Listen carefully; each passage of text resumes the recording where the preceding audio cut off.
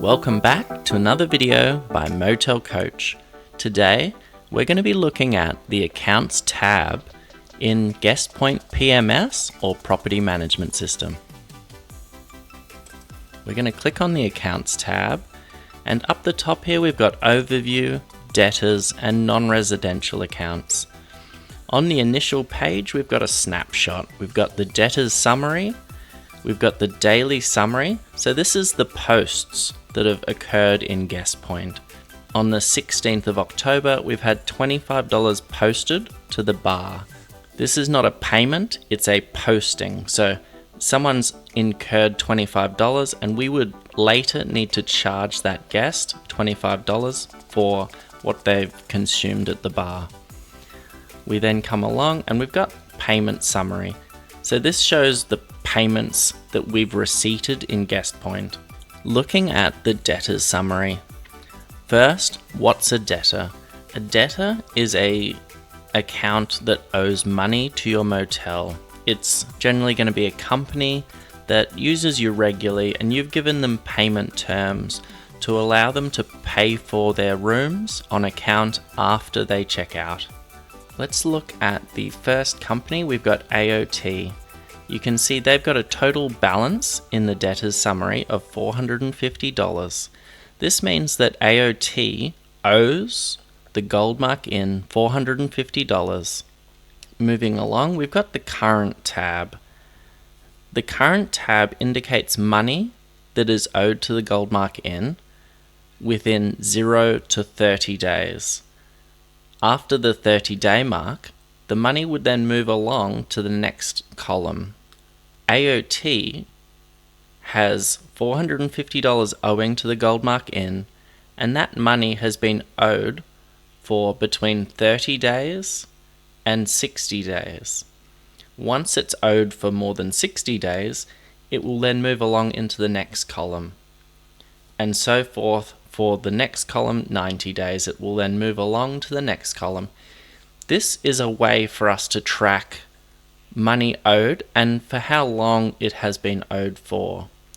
So AOT would have payment terms which we agree or set with them. So we might say AOT's spending $30,000 annually with us. They're a very regular client and it's a very trusted company for us. So we're going to give them 30-day payment terms. So that means that from the day of checkout, or it could be set from the day of check-in, that account would need to be settled within 30 days. So if AOT has an account payment term of 30 days, they would now be exceeding that payment term. They're now over the 30-day mark. So we would be looking to follow up with them and say, look, you've reached your payment term limit. Can we please request payment promptly for this account? When we're looking at each motel situation, when it comes to setting up a debtor account for a company, we look at first, how busy is the motel? Do they need to be flexible to get additional business? If you provide more flexibility for corporate clients, often it will incentivize them to use your motel. Even sometimes when you might be a little bit more expensive, if you've got payment terms that allow 30 days, you might collect a lot more corporate bookings just because it's easier for the company to use you. From the Debtors Summary section, we can click on the company and that will drill down and provide us more information. So we can look at the current transactions. So these payments, as it indicates here, are due. So $450 is still owing. If we want to click on the rubbish bin here, it will send the transaction back to the guest account. Let's go ahead and do that now just to give you an example of what will happen. So we're going to click on the red rubbish bin icon and it's going to say, are you sure you want to delete this invoice? We're going to delete the invoice. So now you can see that there's no current transactions outstanding for AOT. So if we go back and refresh this page, we can see AOT has now disappeared off our debtor summary. We're now going to go back to our reservations tab, and we can search for the guest's name or the company. So we're going to type AOT, and we're going to click on Show Past Reservations, and we can see Shelling Mandy. So she's checked out now, but her departure balance is $450.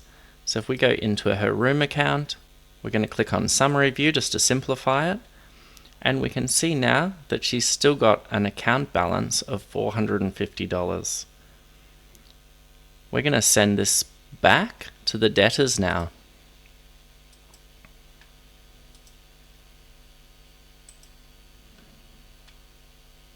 Save that one, and we're going to go back to accounts, and you can see AOT has now appeared again. One thing to notice here is because we've resent the account to them, it's also reset the invoice date. So if we click on AOT and current transactions, the date for this invoice is the 16th of October 2025. You can print to get your current age debtors report. I would recommend printing this monthly and just go through. Make sure that any accounts that are past their normal payment terms are followed up. The longer debt is outstanding, the harder it becomes to collect. Have a look at individual invoices. Has a company been invoiced incorrectly? Is that why the payment hasn't been made? Oftentimes, a payment might not be made by a company because charges for alcohol or food and beverage from the restaurant are charged when they're not included in the company's account. If the invoice does look correct, follow up with the company. Call your key contact and ask, is there a reason why this invoice is still outstanding? Do you need any additional information from me, or is there something I can do to help? Let's move across to the non-residential account summary. Non-residential accounts are used in GuestPoint to charge guests that aren't in-house.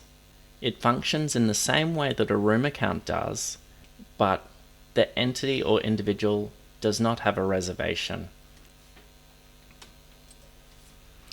In addition to using the non-residential accounts to manage bills for guests that aren't in-house, you can also use it as a temporary holding account for maybe a transaction that was made in error or a guest that has left without paying.